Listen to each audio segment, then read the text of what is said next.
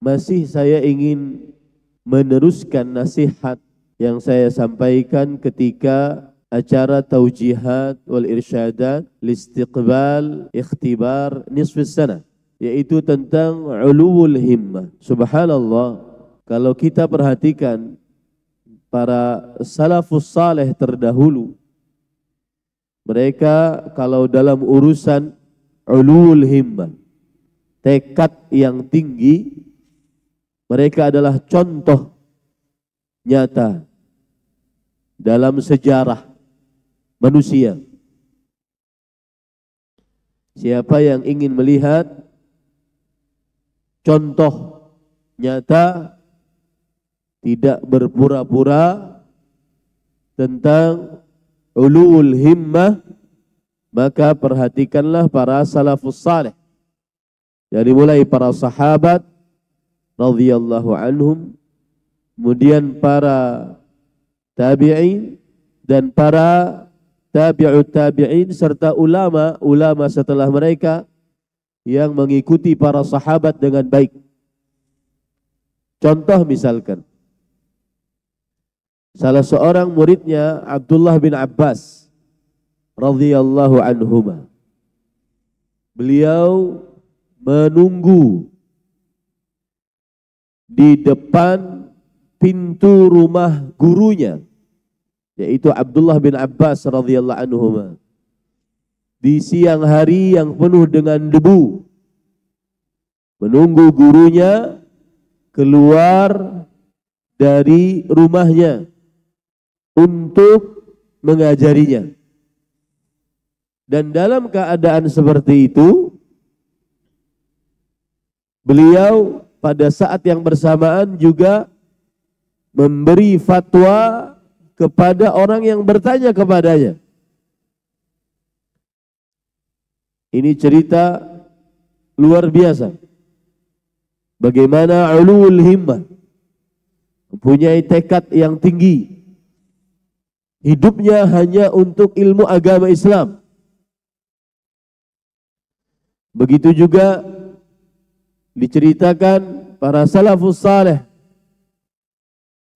gara-gara memiliki majelis ilmu yang banyak, sampai-sampai untuk memasak ikan tidak sempat. Akhirnya ikan yang dibeli menjadi hampir busuk. Dan ketika ada kesempatan untuk makan, maka akaluhu nayyi'an, mereka makannya dalam keadaan belum dimasak, hampir busuk. Gara-gara menggunakan waktu untuk menimba ilmu agama.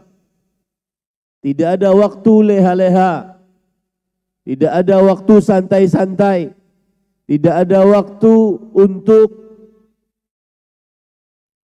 mengerjakan sesuatu yang tidak bermanfaat. Dan ini juga menjadi perhatian bagi para santri. Saya ingin sekali melihat para santri kalau jalan, bukan jalan pengantin, jalan cepat. Jalan cepat, ke dapur cepat, pulang lagi cepat. Dari halaqah izin ke masjid, ke kamar mandi cepat. Tidak ada jalan yang pelan-pelan. Saya pernah ke Jepang, salah satu pelajaran yang saya dapatkan waktu itu adalah selalu jalan cepat karena ngejar waktu kereta. Usahakan ini menjadi kebiasaan santri pesantren Intan Ilmu untuk menghargai waktu.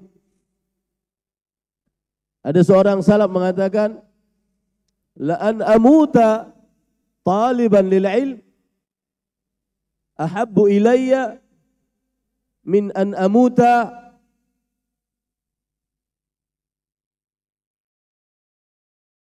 dhalilan bil jahl. Sungguh aku mati dalam keadaan menuntut ilmu agama. Itu lebih aku sukai daripada Aku mati hina dalam kebodohan. Imam Ibnu Jarir At-Tabari rahimahullah dalam keadaan sakit keras. Pertanyaan timbul, mengapa mereka bisa sesemangat itu? Mengapa mereka bisa sesemangat itu? Khalid bin Walid pernah datang ke seorang raja kafir dan mengatakan, "Salamun ala man ittaba'al huda, aslim taslam, wa illa atika birijal yuhibbuna al-hayah minal maut." Mengapa mereka sesemangat itu? Maka salah satunya Imam Ibnu Jarir At-Tabari fi maradi mautihi, saat beliau sakit keras, yang dengan sakit keras tersebut beliau meninggal. Kemudian beliau mendengar doa yang bagus. Kemudian beliau minta didatangkan pena dan kertas.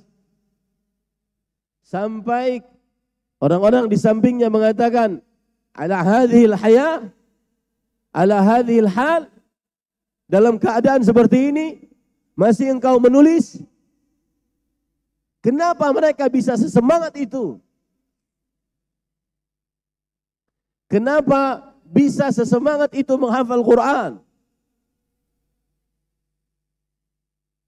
Kenapa bisa sesemangat itu ngajar Quran?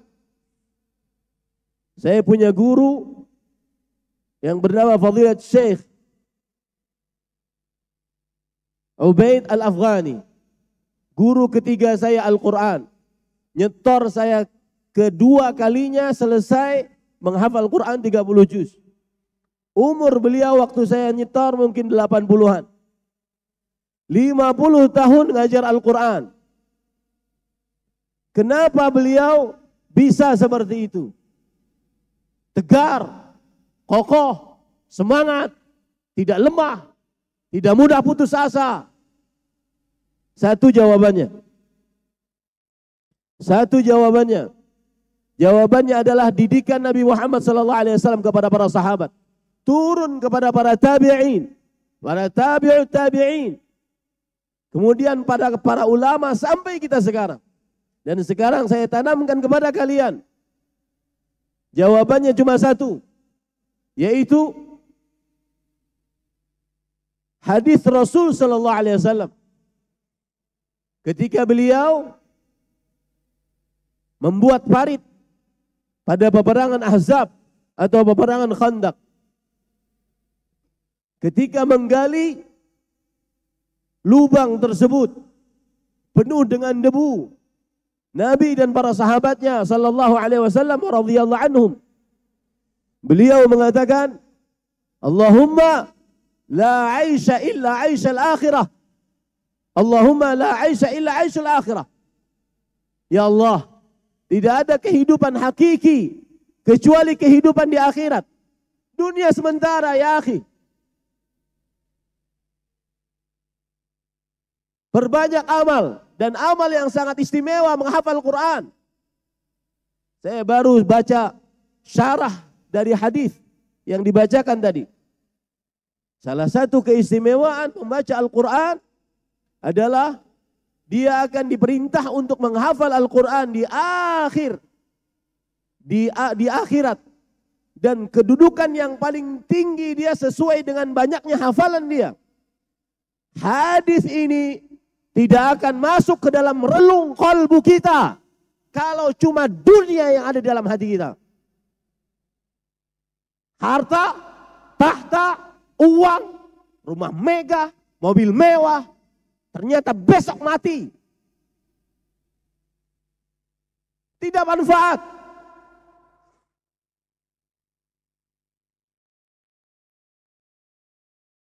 Makanya para ikhwan yang dirahmati oleh Allah, kita disyariatkan sebelum tidur. Dan saya dipesani salah satu zikir yang paling utama untuk dihafal. Zikir pagi, zikir sore, dan zikir sebelum tidur. Itu zikir di atas tauhid. Karena kita tidak tahu apakah setelah ketika tidur kita bisa bangun lagi. Tanamkan di dalam kolbu, wahai para santri sekalian, santri besar, para ustadz. Tanamkan di dalam kolbu, la aisha illa aishul akhirah. Tidak ada kehidupan yang hakiki, sukses yang nyata, kecuali kehidupan akhirat. Dan tadi disebutkan di dalam surah Al-Jathiyah. Di akhir-akhir surat Allah Subhanahu wa taala berfirman, "Fa ammal ladzina amanu wa 'amilus shalihat fasayudkhiluhum rabbuhum fi rahmatih wa dzalikal fawzul mubin."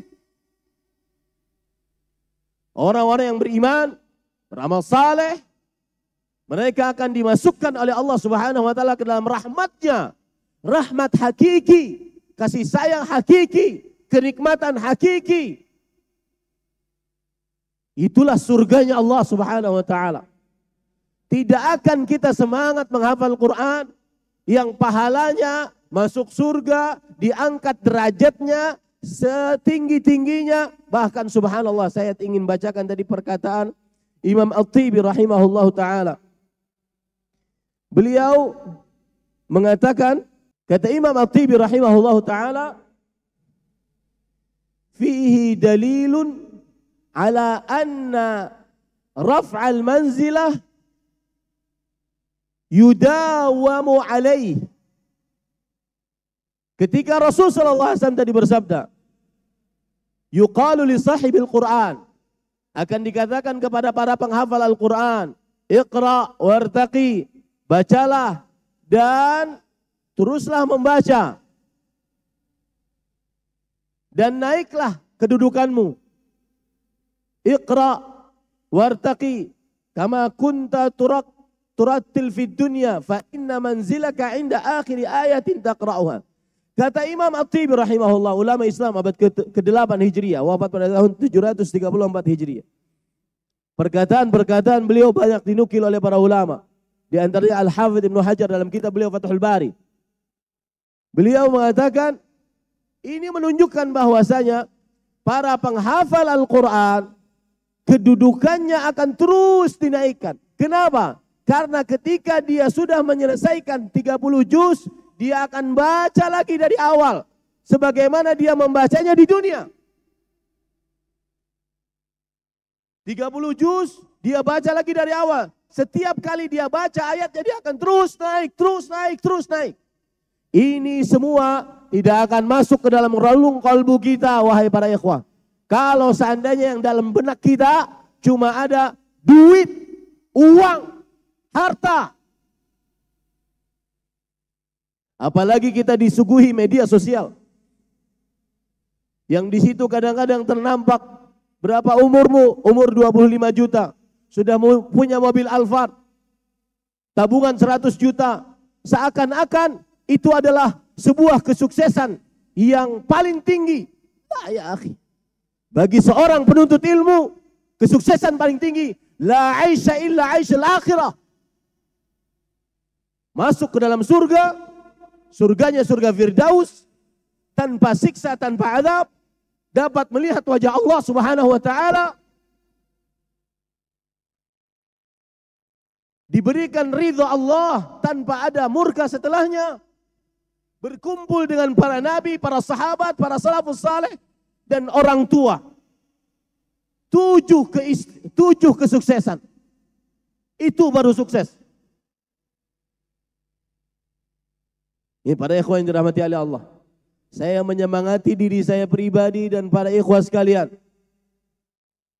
Terutama anak-anak jamaiyah. Agar semangat. Dan saya kagum. Nanti insya Allah Kamis depan kalau tidak salah. 2 pekan yang akan datang. Akan ada penghafal Quran lagi. Dan begitulah. Man zara hasad. Siapa yang menanam biji, maka dia akan memetik buahnya. Pasti. Dan itu pasti.